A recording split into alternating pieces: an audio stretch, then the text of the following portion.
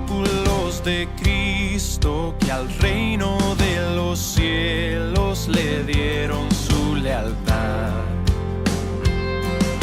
Siervos que ante Él se postran y por el Evangelio su vida dan.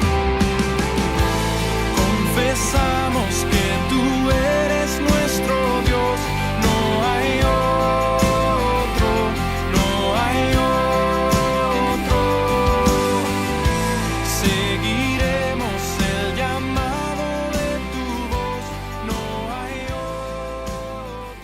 Bien, queridos hermanos, vamos a estar abriendo la palabra del Señor en la carta a los Efesios. Tenemos un estribillo, una frase que se repite una y otra vez y tiene que ver con el carácter mismo de Dios, tiene que ver con lo que es Dios en esencia. Y usted recuerda que la frase son las riquezas de la gracia de Dios, las riquezas de su gracia, las riquezas de Dios, que Dios es rico en gracia, Dios es rico en misericordia.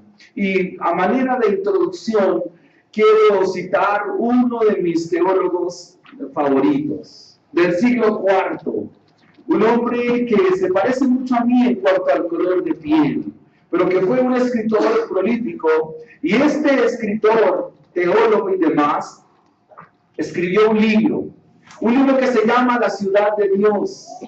Y en este libro, que es un compilado de varios tomos, nos presenta dos grandes realidades. Nos presenta la realidad de la sociedad que está sin Dios, pero nos presenta también la realidad de todos aquellos que están con Dios. Por eso el libro se llama La Ciudad de Dios. Y me refiero a Agustín de Hipona. Este escritor nos narra y nos dice que dentro de su libro y de lo que él escribe, presenta lo que el apóstol Pablo en su carta a los Efesios nos quiere dar a entender, las dos realidades. En la carta a los Efesios, dentro de estas dos realidades nos presenta dos grandes tesis en este capítulo 2, y vamos a estarlas recordando.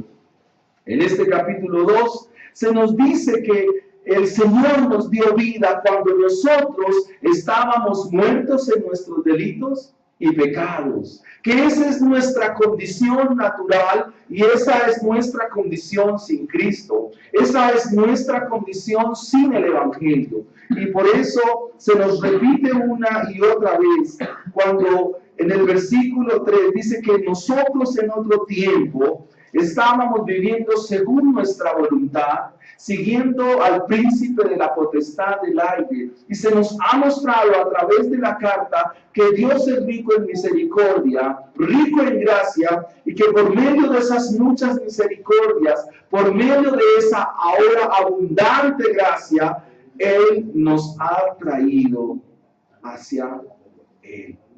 Y en este capítulo 2, versículo 19, se nos presenta la realidad de todos aquellos que están en Cristo. Y el estar en Cristo es estar en la iglesia. El estar en Cristo es vivir conforme a la voluntad y es vivir conforme a la palabra del Señor.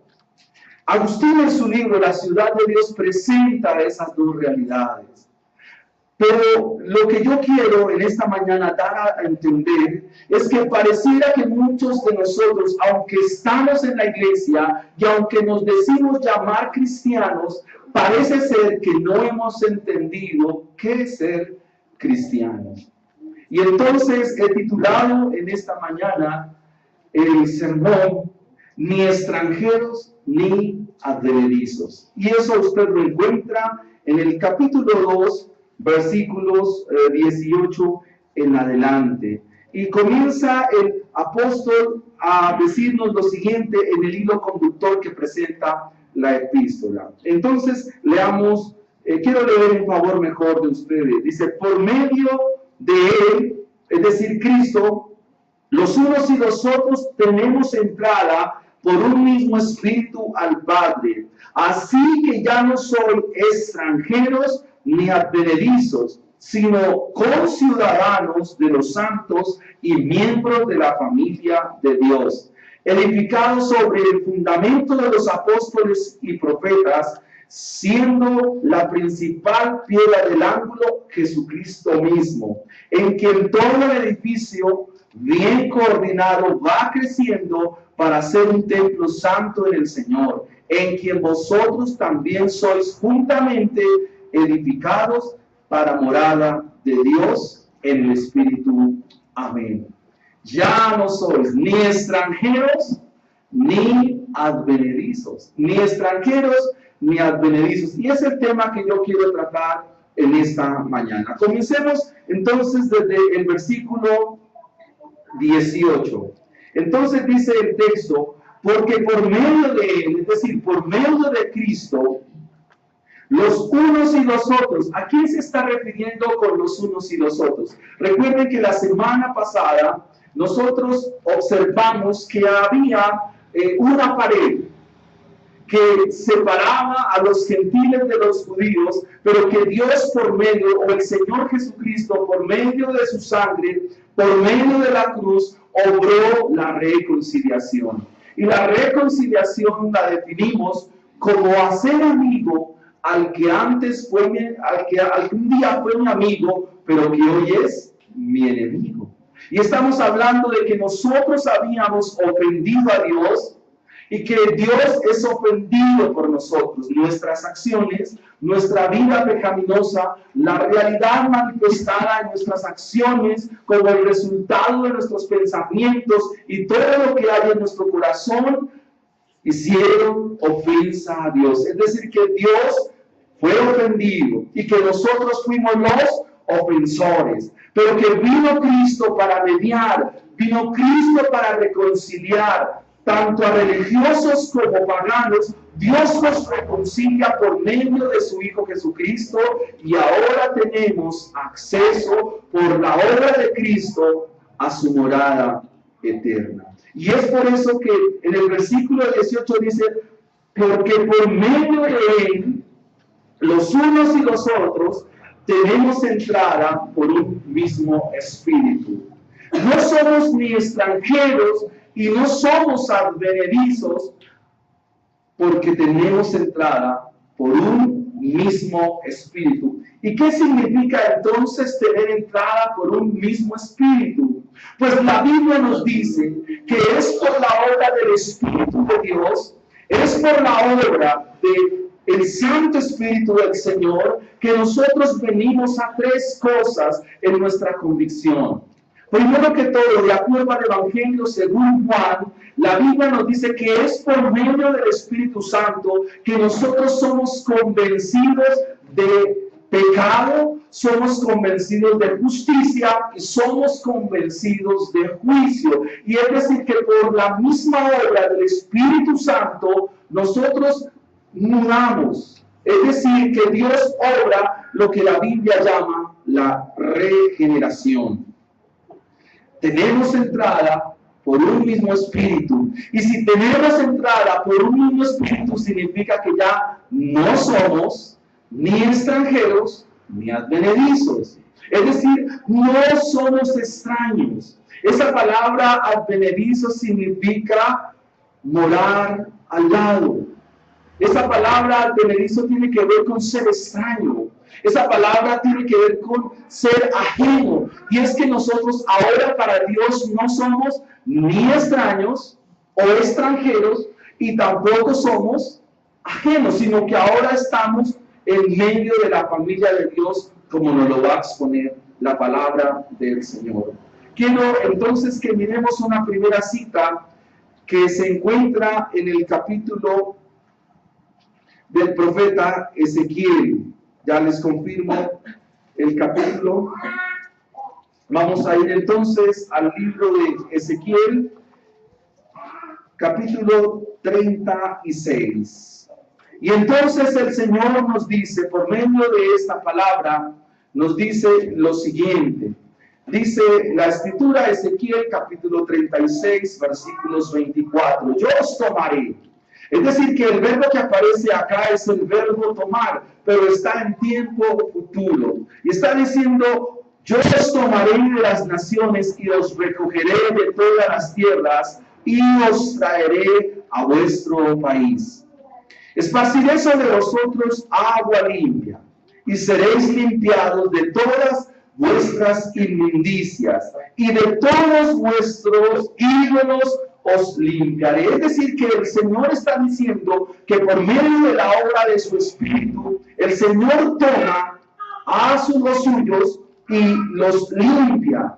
Y mira lo que dice el versículo 26. Ezequiel capítulo 36, 26 dice, y os daré un corazón nuevo. Cuando la Biblia dice que Dios por su Espíritu toma el corazón podrido, el corazón perverso, el corazón malo que tenemos, y ahora nos cambia ese corazón, entonces la Biblia nos dice que ha sucedido algo en nosotros que se llama la regeneración o el nuevo nacimiento, y eso es solo obra de Dios. Os daré un corazón nuevo y pondré espíritu nuevo dentro de vosotros y quitaré de vuestra carne ese corazón de piedra y os daré un corazón de carne. Y pondré dentro de vosotros mi espíritu y haré que andéis en mis estatutos y guardéis mis preceptos y los pongáis por obra. Vemos la obra del Espíritu de Dios. Y el apóstol Pablo entonces nos dice que por ese Espíritu todos ahora tienen acceso a la presencia de Dios. Es por la obra.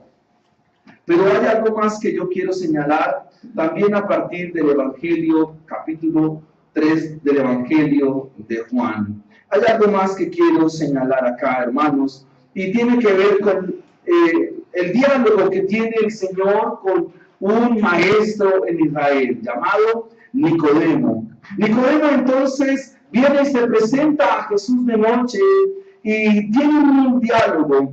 Y el gran interrogante de Nicodemo para el Señor es: ¿cómo un hombre siendo viejo puede nacer de nuevo? Y estamos hablando de lo que la Biblia llama el nuevo nacimiento. Y la respuesta del Señor es muy contundente al decir lo siguiente. Dice Juan capítulo 3, versículo 3. Respondiendo Jesús le dijo: de cierto te digo, que el que no naciere de nuevo no puede ver el reino de Dios. Nicodemo le dijo: ¿cómo puede un hombre nacer siendo viejo? ¿Puede acaso entrar por segunda vez en el vientre de su madre y nacer? Respondió Jesús y le dijo: de cierto te digo, que el que no naciere de agua, es decir, de la palabra de Dios y de la obra del Espíritu, no puede entrar en el reino de Dios. Eso significa que una persona, para que sea pasado de muerte a vida y pase del reino de las tinieblas al reino de la luz, se requiere la intervención divina. La intervención por medio de la obra del Espíritu Santo, y Él aplica la palabra del Señor para que ahora esta nueva vida se forme, se moldee y venga a la vida que es en Cristo Jesús. Es decir, que Juan nos deja claro que para que una persona ahora haga parte de la familia de Dios, se requiere que esté gobernada por Dios. Y el gobierno de Dios en una vida es por medio de la palabra del Señor y por la obra de su Espíritu. Si no es así, podemos decir que esta persona está en camino de muerte. Si no es así, el fin o el término que tendrá esta vida será el juicio y el castigo eterno de Dios. Es necesario nacer de nuevo. Los dos elementos presentes acá son la palabra de Dios y el Espíritu de Dios. Una iglesia, una congregación sin estos dos elementos no puede ser iglesia. Puede faltar la música, puede faltar quizás un lugar para congregarse, puede faltar quizás de muchas cosas que a nuestros ojos puedan servirnos de arreglo, puedan servirnos de ayuda externa, pero si una iglesia no tiene la palabra de Dios y si no tiene el Espíritu de Dios, déjenme decirle que es una iglesia muerta. Iglesias muertas las encontramos por doquier en nuestros días. Iglesias muertas las encontramos en nuestros días en forma abundante. Las iglesias muertas abundan y tendremos que referirnos a lo que el Señor, hablando en el libro del Apocalipsis, le dice a la última de las iglesias, a la iglesia de la Odisea, cuando le dice: porque tú dices que yo soy rico, Apocalipsis 3:17, y me he enriquecido y de ninguna cosa tengo necesidad, y no sabes que tú eres un desventurado, eres un miserable, eres un ciego y un desnudo. Muchos en la iglesia, muchos en las congregaciones son descritos a través de esta palabra: miserables, desdichados, desventurados. ¿Por qué? Porque en ellos no está el Espíritu de Dios, y si no está el Espíritu de Dios, tampoco está la palabra de Dios. La Biblia nos dice en la carta a los Corintios, en su primera carta, que nadie puede llamar a Jesús si no es por medio del Espíritu Santo, que nosotros invocamos a Cristo como Señor, lo invocamos como Salvador por medio del Espíritu. Y la Biblia nos dice que la iglesia del Señor, que cada uno de sus miembros ahora son templos del Espíritu de Dios. Y Pablo nos deja claro en este primer punto, en este primer encabezado, que tanto judíos como gentiles, como paganos, ahora todos hacen parte de la familia de Dios por un mismo espíritu. Es decir, que el Espíritu de Dios convence a religiosos y no religiosos. El Espíritu de Dios es quien convence tanto a fanáticos y legalistas como a escépticos y ateos, porque Dios tiene el poder por medio de su Espíritu para obrar tales cosas. Y eso nos deja algo muy claro también en esta mañana, que la obra de la salvación y la obra de la conversión de un individuo sobre la faz de la tierra es obra enteramente de Dios. Por lo que el apóstol nos viene diciendo que el ser humano está muerto en delitos y está muerto en pecados. Eso es muy claro. Pero también la Biblia nos dice que es por la intervención divina, el obrar del Espíritu, que la iglesia ahora es vivificada por medio de la palabra del Señor. Todos ahora tienen acceso por medio del Espíritu, según lo que el apóstol nos dice en este primer encabezado. Versículo 18, porque por medio de él, Cristo, los unos y los otros, tenemos entrada por un mismo Espíritu. ¿A quién? A Dios, al Padre que nos amó, que dio a su Hijo para que todo aquel que en él crea no se pierda, mas tenga vida eterna. Mi segundo punto entonces tiene que ver con el resultado de que ahora estemos en la familia de Dios. Como diría el evangelista Juan en el capítulo 10, el resultado de ahora ser parte y hacer parte del redil del Señor y ser llamados y ser llamadas ovejas de su prado. Y la Biblia entonces nos dice que no somos ni extranjeros ni advenedizos, porque ahora somos conciudadanos de los santos. Y ser conciudadanos de los santos nos desprende también que seamos miembros de la familia de Dios. ¿Qué es un conciudadano? Es un coterráneo, un paisano, pudiéramos decir en términos más colombianos, más castizos, más de nuestra idiosincrasia como colombianos. Pero aquí la palabra conciudadano tiene que ver con nuestra ciudadanía, tiene que ver con nuestra realidad como creyentes. Y es una pregunta que yo quiero formular a ustedes. ¿Es usted conciudadano de la familia de Dios? ¿Hace usted parte de la familia de los santos? Y la palabra aquí santo es la palabra agiasmos, que significa apartado, separado de, llamado a. Es una palabra muy interesante, porque si me dice a mí que yo soy un conciudadano, es que estoy dentro de un reino que tiene unas normas, que tiene unos estamentos que subyacen en la justicia y el amor. En la justicia de aquel que se entregó y lo dio todo. Su nombre es Jesucristo. Ahora somos conciudadanos ¿de quién? De los santos y miembros de la familia de Dios. Quizás usted no sea aún miembro de la familia de Dios, porque la implicación que nos da el ser miembro de la familia de Dios es que comprendemos, como nos lo narra también Agustín en su libro La ciudad de Dios, comprendemos bien en qué consiste la ciudad de Dios. Y la Biblia nos muestra en esta mañana, mis amados hermanos, que ser miembro de la familia de Dios implica ser miembro de la familia de Dios.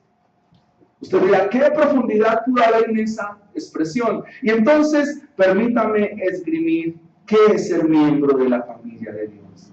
Ser miembro de la familia de Dios implica que usted ha venido a salvación.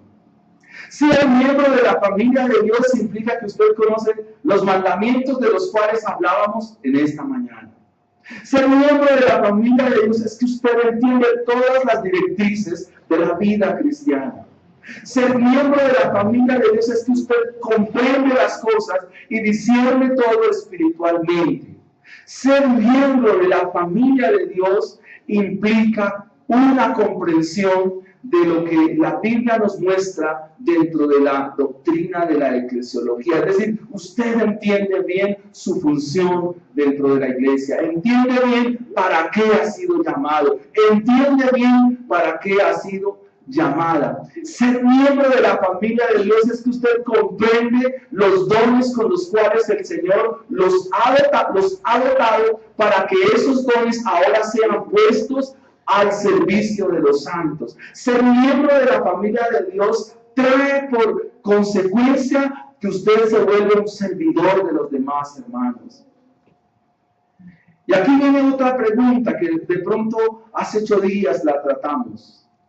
Y hablábamos del congregarse, de lo que la Biblia nos dice. Si yo sé que hago ahora parte de la familia de Dios, la pregunta es, si estoy sin iglesia, si no me congrego, si no asisto a un lugar, y de pronto yo sé que Andreita se puede sentir incómoda, pero entendemos las razones, es, si no asisto a la iglesia, no me congrego, no participo de la comunidad de los santos, la pregunta es, ¿dónde sirvo? La pregunta es, ¿a quién le sirvo? Y la pregunta es, ¿cómo le sirvo? Si no tengo un lugar. Ser miembro de la familia de Dios implica una rendición de cuentas. Por eso no creemos en aquellos o aquellas que dicen, yo me congrego en la casa. Bueno, está bien.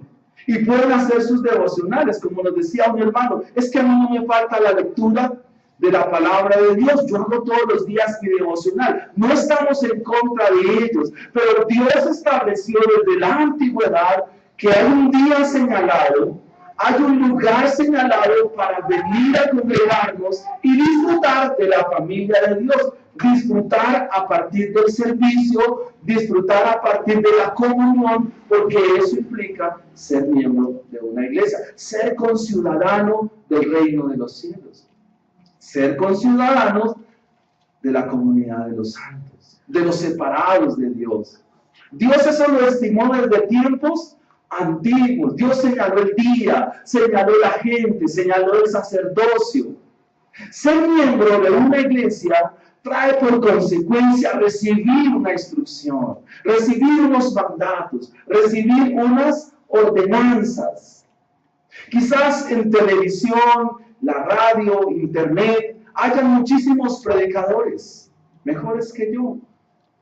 Pero la verdadera participación de la iglesia o la verdadera participación del cuerpo de Cristo es en su iglesia local. Por eso, una y otra vez la amonestación del Señor es: no deje de congregarse. Y yo les ponía el ejemplo de personas de mucha distancia, cuando Dios me llevó a los llanos orientales, que venían desde muy lejos al servicio de la iglesia, porque entendían que era importante asistir a la iglesia. Ser conciudadano, ser miembro de la familia de Dios, trae todo esto, que no es carga, que no debe ser visto por carga. Esto se ve como un deleite. El asistir a la iglesia, al congregarse, el hacerse partícipe de la familia de los santos, debe traer deleite, gozo y alegría a sus vidas. Yo me alegro cuando los veo. Me alegro cuando asisten. Y a veces me paro en la puerta porque deseo que usted venga, porque los extraño. Y porque si no vienen, nos hacen falta. Porque ustedes son ahora parte de nuestra familia. Ustedes ahora hacen parte de nuestra familia. O sea que si usted un domingo decide no venir, puedo decirle con toda seguridad que lo vamos a extrañar. Y aunque yo escribí una frase en estos días que decía: el cementerio está lleno de gente indispensable, le quiero decir: usted sí es indispensable. Usted tiene dones. Usted tiene unas cualidades de parte de Dios que dentro de esta comunidad, que es una comunidad de gracia, nos van a ser muy útiles. Nos van a ser muy útiles. Usted es útil. A veces el mundo en su cultura enseña: nadie es indispensable. ¿Sí? Yo le quiero decir que así piensa el mundo, pero le quiero decir que usted sí es indispensable. Usted sí importa. Y fue tanta la importancia suya en términos humanos que Dios lo trajo con un propósito. Dios lo trajo con un propósito. Haga parte de la familia de Dios. Y eso es lo que quiere dar a entender el apóstol en la carta a los Efesios. ¿Cuál es la posición de la iglesia? ¿Cuál es la posición del cuerpo de Cristo en una sociedad, en una comunidad, en un lugar? Localmente hablando, la Biblia nos dice entonces que somos conciudadanos de los santos y ahora miembros de la familia de Dios. El carismatismo neopentecostalismo le ha hecho un daño muchísimo al mejor calificativo que puede recibir un hijo de Dios, y es el de llamarse hermano o hermana. Me encanta decirle a usted mi hermano, porque es mi hermano. A veces nos decimos doña fulana, don perencejo, don sutanejo, pero eso no es del todo bíblico. En el afán de hablar en confianza, no es así. La Biblia dice que todos somos hermanos porque tenemos a uno por Padre. Somos hermanos en Cristo Jesús, coherederos, copartícipes de las riquezas, de la gloria y la gracia de Dios. Somos hermanos. Porque algunos dicen: no, eso es muy anticuado, eso es muy retrógrado, eso no califica para nuestros días. Pero no es así, porque la Biblia no está supeditada al tiempo ni a la cultura. La Biblia siempre ha sido y será la norma de regla, fe y conducta. Por tanto, la Biblia dice: llámense hermanos. Hermanos, así lo decían hace muchos años atrás, 20 años atrás: hermano él. Y queremos decirle hermano, hermana, hermanos, porque son mis hermanos. Somos conciudadanos de los santos, de los separados por Dios, miembros de la familia de Dios. Eso nos lleva a nuestro segundo punto. Somos llamados a edificación. Mire lo que dice, versículo 20. Edificados sobre el fundamento de los apóstoles y profetas, la principal piedra del ángulo, Jesucristo mismo. Qué interesante, porque a veces la iglesia no se mira desde esta perspectiva. La iglesia se debe mirar, o el día de comunión, nuestro día glorioso del Señor, nuestra gran asamblea para glorificar y exaltar el nombre del Señor, tiene un fin. ¿Cuál fin? La instrucción, la edificación de los santos. El mejor lugar donde usted puede ser edificado es en su iglesia local. Yo repito, muchos vemos videos por internet y son buenas enseñanzas y a veces publicamos en nuestra red social predicaciones, pero el mejor día es aquí. El mejor día es acá con nosotros, aquí de viva voz, de viva presencia, palpables, que nos podamos estrechar las manos, abrazar, y en ello hay edificación. La edificación no solo es en el conocimiento, sino la edificación también es en la misma práctica de vida. Dentro de las congregaciones encontramos a personas que a veces no simpatizan. Quizás no tengamos química con ellos, ni química, ni física, ni trigonometría. Pero lo que sí quiero decirles es que por encima de eso está el amor perfecto de Cristo para unirnos como hermanos, y en ello hay edificación. Algunos de nosotros podemos tener grandes diferencias como hermanos, quizás doctrinales, pero nos va a unir el amor de Cristo, y en ello la iglesia es edificada. El apóstol dice que somos edificados sobre un fundamento. Y los que sabemos de construcción y edificación, y los que no conocemos de ingeniería, sabemos que un fundamento no se pone en el quinto piso. Sabemos que el fundamento se pone abajo. Los maestros de obra le llaman las zapatas, ¿verdad? Esas columnas, las cuales se les pone mucho hierro, mucha piedra, mucho concreto y mucha varilla, que en las obras civiles de nuestros tiempos es lo que escasea, y por eso se caen las grandes construcciones. La Biblia nos dice que somos edificados ¿sobre quién? Sobre un fundamento. Hay un fundamento que ya está puesto. Hay un fundamento que ya ha sido colocado, y que lo colocaron los apóstoles.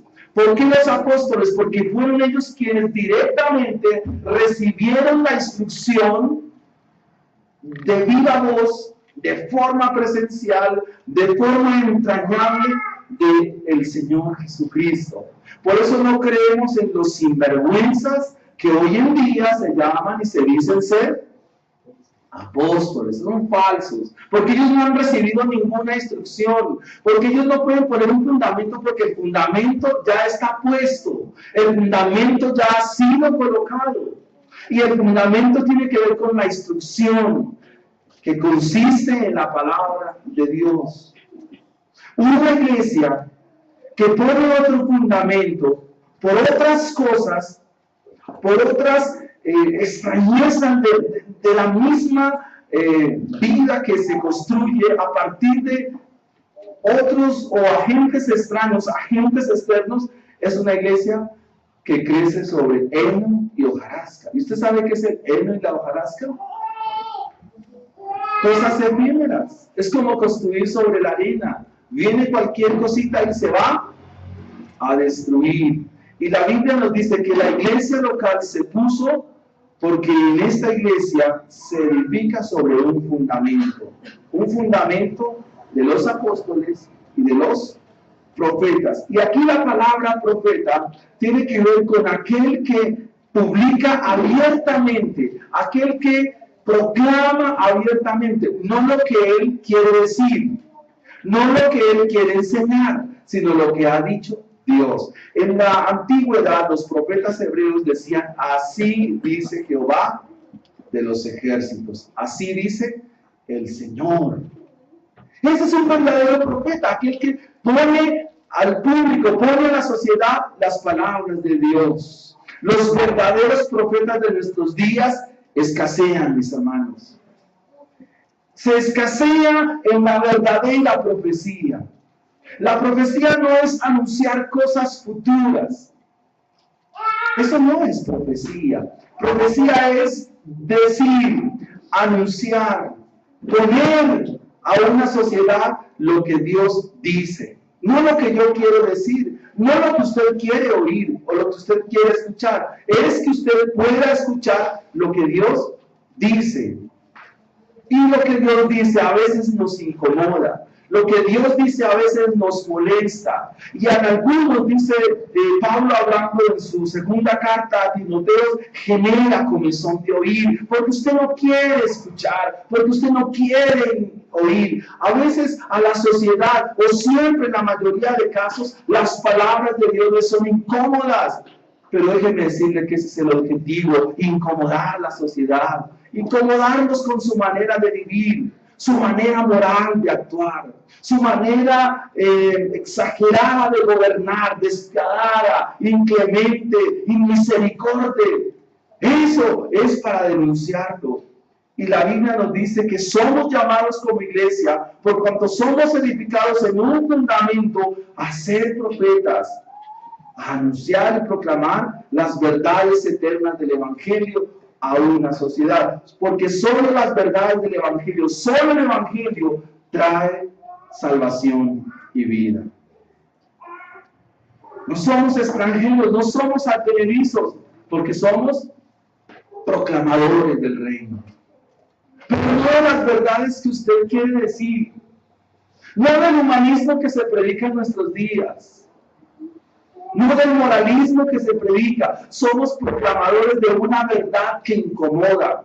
Somos proclamadores de una verdad que no gusta. Pero esa es la idea, hermanos. Las palabras de Dios tienen que producir esa incomodidad en nosotros. Porque si a ustedes decimos lo que ustedes quieren oír y el mundo quiere escuchar lo que quiere escuchar, pues, ¿qué me van a dar al final? Un aplauso. Pero yo no estamos buscando aplausos. No estamos buscando que ustedes nos den reconocimiento. Lo que estamos buscando es que usted se incomode y que usted se arrepienta. Porque ese es el fin de toda buena predicación. Arrepentimiento. Y para hacer arrepentimiento, pues se requiere la palabra del Señor. Y la palabra del Señor, en la mayoría de los casos, nos va a confrontar. Y en la mayoría de los casos no nos va a gustar. Pero hay que decirlo. Muchos antiguos, muchos profetas fueron muertos. Jeremías fue uno de ellos, donde al anunciar el mensaje del Señor le decía: no, Jeremías, no nos hables, no nos sigas diciendo, tus profecías no son profecías. No, esas profecías no las queremos. Eso que tú nos dices no lo deseamos. Eso que tú nos enseñas, Jeremías, no, tú estás equivocado. No creo que Dios diga esas cosas. No creo que Dios nos señale de esa manera. Y Jeremías una y otra vez les decía, siempre les advirtió, siempre nos llamó al arrepentimiento, siempre nos llamó a la amonestación. Pero el pueblo, o al indómito, un pueblo de cerviz, un pueblo lleno de orgullo, petulancia, arrogancia y soberbia ante la predicación de Jeremías que decían, no, preferimos escuchar sueños. Preferimos que nos hablen de visiones. Preferimos que nos hables de cosas buenas, cosas agradables. Queremos que nos hables de cuán bien nos va a ir. Queremos que nos hables de cuán promovidos vamos a ser. ¿Cuántas medallas vamos a ganar y cuántos títulos vamos a encontrar? Esa es una predicación que gusta mucho en nuestros días. Y a veces llamaban al profeta para decirle, hoy por eso. Y en alguna ocasión, haciendo un poco de broma, yo les decía en una predicación alguna vez, que así como no se consumió la zarza, tampoco se consumirá tu sueño. Sueña todo lo que quieras. Dime qué tan grande es tu sueño y te diré cuán grande es tu Dios. ¿A quién no le gusta escuchar eso? ¡Qué chévere! Pero ese no es el mensaje del Evangelio. Ese no es el mensaje de la palabra del Señor. El mensaje de los apóstoles, el mensaje de los verdaderos profetas es arrepentimiento. Cambie esa vida que lleva. Usted está desagradando a Dios. No siga haciendo lo mismo que por ello vendrá el juicio de Dios, vendrá la ira de Dios. Probablemente en una congregación donde se predique eso, la iglesia va a quedar vacía. Pero no importa, porque siempre vamos a querer buscar el agrado de nuestro Dios, el agrado del Señor. No buscamos reconocimiento de hombre. No somos extranjeros y no somos advenedizos. Si no somos extranjeros, si no somos advenedizos, este mensaje no es desconocido para nosotros. Este mensaje no debe ser extraño. Cuando una persona no hace parte de la familia de Dios, este mensaje le va a hacer ¿qué? Le va a hacer como turbio, o sea, no le va a gustar. Pero a los que no son extranjeros y los que no son advenedizos, no son extraños, no son ajenos, este mensaje le va a traer santidad. ¿Qué diferencia? Porque lo que la Biblia nos llama es a una vida santa, por cuanto ese es el designio de Dios. La Biblia nos dice, bienaventurados los limpios de corazón, porque ellos verán a Dios. En la amonestación, en la exhortación que Dios por medio de su palabra nos hace a nosotros, hay santidad. En la amonestación del Señor para nuestras vidas hay bendición, porque nosotros no somos extranjeros y no somos advenedizos. Estamos dentro de la familia de Dios, y como miembros de la familia de Dios y como miembros del redil de Dios, miembros dentro de la iglesia del Señor, lo más consecuente es que el Señor nos amoneste. Lo más consecuente es que el Señor nos exhorte, pero esa exhortación y esa amonestación tiene un fin, malo o bueno, un fin bueno, porque todo lo que proviene de Dios es bueno, todo lo que viene de Dios es agradable, y todo lo que viene de Dios es perfecto. Ayer hablábamos acerca de todos aquellos que por una u otra razón son amonestados en las iglesias. Y como no les gusta la amonestación del pastor, ¿qué deciden hacer? Irse de la iglesia. ¡Qué inmaduros! Y qué insolentes.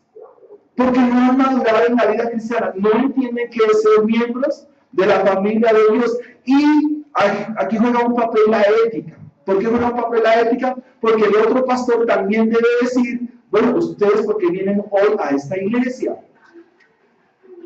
Y resulta que ¿a qué vienen? A evadir la responsabilidad que tenían en la otra iglesia, y quizás responsabilidades que tienen que ver con la disciplina. Si usted no se hace miembro de una iglesia, ¿cómo va a ser disciplinado? Usted necesita ser disciplinado, y usted se va de la iglesia porque quiere evadir la disciplina. Y el otro pastor es falta a la ética. ¿Por qué es falta a la ética? Porque necesita ver la iglesia como con más miembros. Y si le llegan 5, una familia que fue muy complicada, no asumió, no se sujetó, el otro pastor dijo, me llegaron 5 más, qué chévere, 5 más aquí en la iglesia, voy bien, pero ¿cuál es la realidad de esa iglesia? ¿Y cuál es la realidad de los hermanos? Hermanos insujetos, hermanos que no confían en la palabra del Señor, y hermanos que de plano no conocen a Dios. En nuestros días eso abunda. Hermanos que viven saltando de un lugar al otro. No se congregan, no se afirman. No están siendo edificados. Pero usted recibe el consejo de la palabra del Señor y sabe que aquí va a ser edificado. Y que Dios nos llama a edificación. Vamos a nuestro tercer punto. Somos edificados sobre el fundamento, siendo la principal piedra del ángulo Jesucristo. Esta metáfora tiene que ver, o esta comparación tiene que ver con 2 paredes, pero que ahora esta pared va a formar un edificio. Y la piedra principal del ángulo era una piedra que se ponía en la esquina. Y ustedes saben que las piedras, cuando se ponen en la esquina, tienen la función de sostener y de traslapar. Traslapar significa entrecruzar. Algunos llaman hacerlo así, y sobre eso se ponía la piedra que traslapaba, o la piedra que sostenía 2 paredes. Pero acá las dos paredes, ¿cuáles son? Una sola pared. Esa pared tiene que ver con el pueblo de Dios. Es un único pueblo de Dios. Dios no tiene dos pueblos, hermanos. Dios tiene un solo pueblo, una sola familia. Siempre ha sido de tiempo a tiempo una familia. Los expertos en Biblia y bibliología dicen la familia de la fe, los hijos de Dios. Dios siempre ha tenido hijos, siempre. Ustedes recuerdan un profeta que se llama Elías, ¿verdad? ¿Recuerdan Elías después de tener semejante, de ver la gloria de Dios en el monte Carmelo y al ver las amenazas de Jezabel, qué le dijo al Señor? Señor, solo he quedado yo y me buscan para matarme. ¿Qué le dijo el Señor? No, ¿cuál solo? Yo tengo 7,000 que yo me he reservado y que no han doblado su rodilla ante Baal. Queridos hermanos, dentro de la familia del Señor no estamos solos. Siempre Dios ha guardado para sí un remanente. Algunos historiadores dicen que del siglo IV al siglo XI, hablando de todo el oscurantismo de la Edad Media, que la iglesia desapareció. No, hermanos, la iglesia siempre ha estado.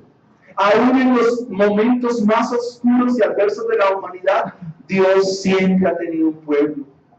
Dios siempre tiene quien lo alabe. Dios siempre ha tenido quien lo bendiga. Y qué bendición que usted hoy lo pueda alabar y qué bendición que usted hoy le pueda glorificar a su santo y glorioso nombre. Versículo 21 nos dice: en quien todo el edificio bien coordinado va creciendo para ser un templo santo del Señor. Bueno, si nosotros hiciéramos aquí una porra o armáramos una barra, no creo que fuéramos muy coordinados. O si hiciéramos algún ejercicio físico para hacer una presentación, pudiéramos decir que no somos coordinados. Aún cuando hacemos palmas no somos tan coordinados.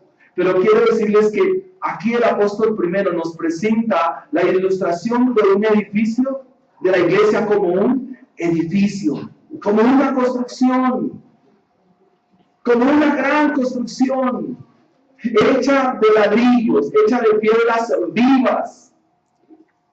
Y dice versículo 21, en quien todo el edificio va bien coordinado. Y esa es una palabra de mucha esperanza para nosotros, hermanos. Porque aunque usted ve que la iglesia hoy en día tiene muchas dificultades, vive mucha confusión, Dios dice que va bien. ¿Cómo va la iglesia? Bien coordinada. Pero ¿cómo así coordinada? Bueno, porque es que la iglesia no la edifica.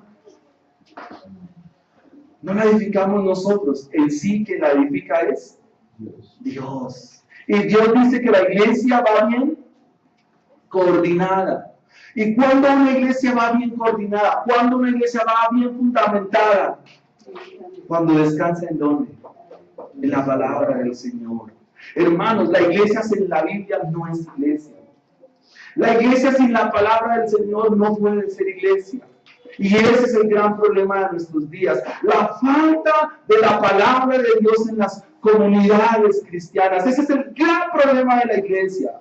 El gran problema de nuestros días y de tiempo a tiempo, según el profeta Oseas, es el desconocimiento de la palabra de Dios. Por eso mi motivación, hermanos, es a estudiar la Biblia.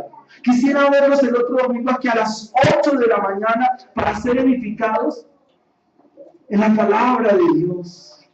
Porque en la palabra de Dios el edificio va bien coordinado y después de la coma dice, va creciendo. Y permítame darle dos aspectos de la palabra crecimientos. Esas palabras tienen que ver con la palabra ausano. Es decir, Dios va haciendo que la iglesia crezca. Y la iglesia crece de dos maneras básicas, hermanos. La primera de ellas es el número. Es decir, más miembros dentro de la iglesia. Pero también la iglesia crece cuando un hermano de la iglesia, cuando ustedes como miembros de la iglesia y miembros de la congregación son edificados en el conocimiento de Dios, ustedes también están creciendo. Y es más valioso el segundo crecimiento, porque si usted crece en el conocimiento de Dios y de su palabra, entonces no será movido por ningún viento de doctrina, porque usted tiene muy claro su conocimiento, usted sabe bien a quién ha creído. ¿Cuándo los hermanos van de un lugar para el otro? Cuando no tienen claro, cuando no les es con claridad su función, su misión en la iglesia. Pero el edificio va bien coordinado. Vamos a ir al libro de los Hechos. Hechos capítulo 6, versículo 7. ¿A usted le gustaría que su hogar crezca? Bueno, el hogar aquí, la casa de mi hermano Wilfredo, está creciendo. Hay un nuevo nieto. Miembro de la familia, van bien, van creciendo. Están alegres, dice el hermano. Pero miren lo que nos dice la Biblia en Hechos capítulo 6, versículo 7. Y esta es una palabra que nos da el parámetro, nos da la forma, nos da el método, nos da la herramienta para que una iglesia crezca, para que nuestras familias crezcan. Pero no en términos numéricos, que es por lo que se lucha y se trabaja mucho. La Biblia nos dice en Hechos capítulo 6, versículo 7, dice, y crecía la palabra del Señor. Y el número de los discípulos se multiplicaba grandemente, y muchos obedecían a la fe. Y eso corrobora lo que el apóstol nos viene diciendo. Crecemos en la palabra del Señor. Y el hecho de que crezcamos en la palabra del Señor significa que va a haber un crecimiento. Primero a los Corintios capítulo 3, versículo 6. Dice la Biblia, Pablo sembró, Apolos regó, y el crecimiento, ¿quién lo dio? Que lo dio Dios. El crecimiento lo ha dado Dios. Y para cerrar entonces en esta mañana, el tema de no somos ni extranjeros ni advenedizos, tiene que ver con lo que nos dice en el versículo 22, en quien vosotros también sois juntamente edificados para la morada de Dios, para morada de Dios. ¿Estamos creciendo? Sí, hermanos. Pero eso tiene un fin, que Dios more entre nosotros, que Dios esté en medio nuestro. Somos morada de Dios. Y una gran aplicación del texto acá es una iglesia santa, hermanos. Pero la santidad la da Cristo y lo da la palabra. La Biblia dice, santifícanos en tu verdad. Tu palabra es verdad. Somos esta pequeña congregación, esta pequeña comunidad donde no somos quizás muchos, pero vivimos santamente. Y el Evangelio nos amonesta, nos lleva, nos insta a que cada semana vivamos santamente, conforme a las palabras de Dios, conforme a como Dios nos lo ha dicho en su palabra. Por una razón, no somos extranjeros y no somos advenedizos. Somos bien conocidos, pero ¿conocidos por quién? Por nuestro buen Dios.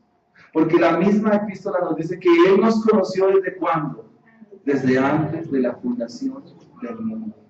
No somos ni extranjeros ni advenedizos, porque Él nos adoptó, nos hizo hijos suyos, nos hizo ovejas de Él, y entonces podemos recibir de parte de Él todas aquellas bendiciones que están establecidas entre sus promesas, entre ellas que vamos a tener aflicción.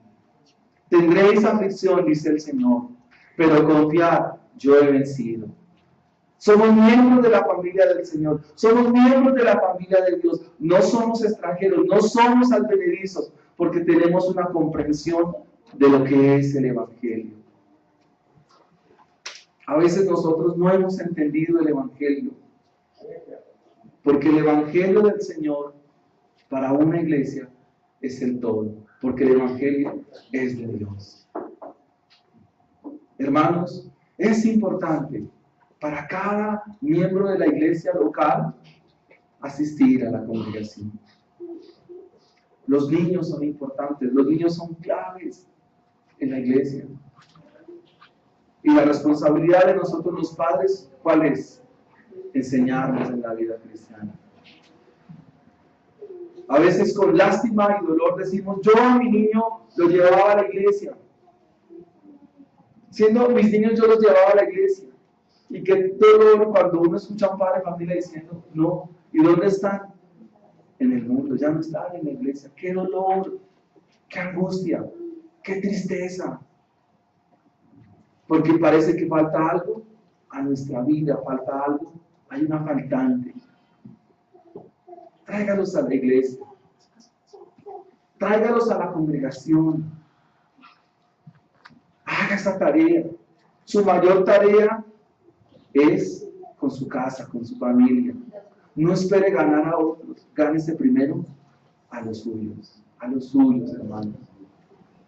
Congréguese, asista a la iglesia. Usted ya sabe cuál es el camino y usted tiene una responsabilidad como hijo de Dios. Pongámonos en pie y oremos.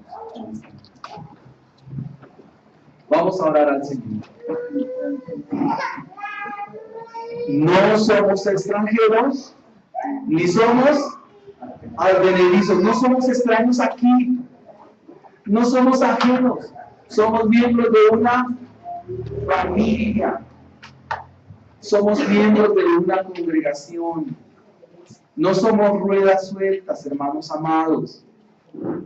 ¡Qué bendición! Por eso es una bendición tenerle en esta mañana. Padre, gracias por tu palabra. Gracias, Señor, porque no somos extranjeros, no somos advenedizos. Somos conciudadanos de la familia de Dios. Somos, diciéndolo popularmente, somos miembros del redil de Dios, de la congregación de los justos, de los santos hechos perfectos. Señor, gracias por mis hermanos, gracias por sus vidas, Señor. Gracias por los niños, gracias porque hoy han venido. Gracias, Señor. Gracias, Dios, por tu iglesia, porque es tuya, porque tú la compraste a precio de sangre. Gracias, Señor, por cada uno de mis hermanos. Ruego, Señor, tu guianza, tu dirección. Ruego, Señor, que seas tú trayendo consuelo a sus vidas, gozo y alegría. Somos una familia en Dios. Somos hermanos. Y al no venir, los extrañamos. Nos hacen falta, Señor. Nos han dicho que nadie es indispensable, pero sí lo son. Porque pueden hacer una labor, pueden cumplir una función, pueden cumplir con una responsabilidad. Y no estamos hablando del tamaño de la responsabilidad, estamos hablando de tu encargo, Señor. Todos somos piedras vivas, no somos piedras muertas. El edificio va bien coordinado, la iglesia va bien, la verdadera iglesia siempre va a ir bien, porque quien coordina, porque quien la lleva, porque quien la asiste, porque es la iglesia la que está en manos del Señor, porque el Señor está en medio de su iglesia, porque el Señor está en medio nuestro, la presencia de Dios por medio de su Espíritu está en medio de su iglesia. Y está por medio de su palabra. Y la iglesia crece en el verdadero fundamento. La iglesia crece en el fundamento que ya fue establecido. Y de ahí para arriba el edificio se sigue construyendo. El edificio sigue avanzando hasta llegar a la estatura de la medida de la plenitud de Cristo. Esa es la iglesia del Señor. La iglesia local. Y en cada lugar donde hay muchos hermanos en este momento Allí está una parte de tu iglesia. El edificio va creciendo, el edificio va avanzando. Señor, muchas gracias, porque sin ti, mi Señor, la iglesia no avanza y en vano trabajan los edificadores. Si Jehová no edificare la casa, en vano trabajan los edificadores. Permítenos avanzar, Señor. Señor, de la misma manera, permítenos entregar nuestra ofrenda, Señor. Porque es nuestra responsabilidad como miembros también ser buenos ofrendantes, buenos diezmadores, Señor, para que el reino avance, para que la iglesia avance. Es un medio que tú has dejado, Señor. También esto es parte de nuestra adoración, es parte de nuestro llamado como hijos tuyos, es parte de ser miembro de la familia de Dios. Aquellos que se congregan por internet o se congregan virtualmente, ¿cómo pueden hacerse partícipes de lo que han recibido de ti? No entiendo a veces cómo la iglesia es falta de ese conocimiento. Padre, gracias te damos, Señor, porque nos permites dar de lo que hemos recibido de tu mano, porque las fuerzas de trabajo las hemos recibido de parte de ti, la salud para trabajar la recibimos de ti, Señor. Lo más lógico es que demos de lo que tú nos has dado, Señor. Trabaja en ese corazón que a veces no es generoso, Señor. Trabaja en ese corazón, en mi corazón, que no es dadivoso, Señor, y que nos justificamos con unos argumentos que a la larga no tienen validez, pero eso es para justificar que nuestro corazón no es generoso, Señor.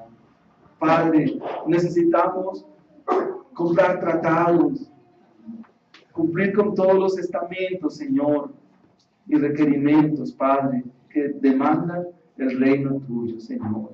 Pero es una responsabilidad donde todos la hacemos. Por eso, Señor, rogamos que bendigas a tus hijos, Señor, en cada uno de sus trabajos, en sus empresas. Bendice el fruto de sus manos, Señor. Gracias te damos, Dios mío, por Jesucristo. Bendita sea tu iglesia, bendito los tuyos, bendito. Que mis hermanos sean benditos de Jehová, benditos de Dios Santísimo. Que la gracia y la bendición tuya sea con mis hermanos en esta semana, Señor. Gracias te damos y permítenos saludarnos en el amor fraterno, como hijos tuyos, como miembros de la familia de Dios, porque no somos extranjeros ni somos advenedizos. Somos miembros de la familia del Señor. Por Jesucristo te damos gracias. Amén y amén. Dios los bendiga poderosamente, hermanos. No se vaya sin ser. Amén.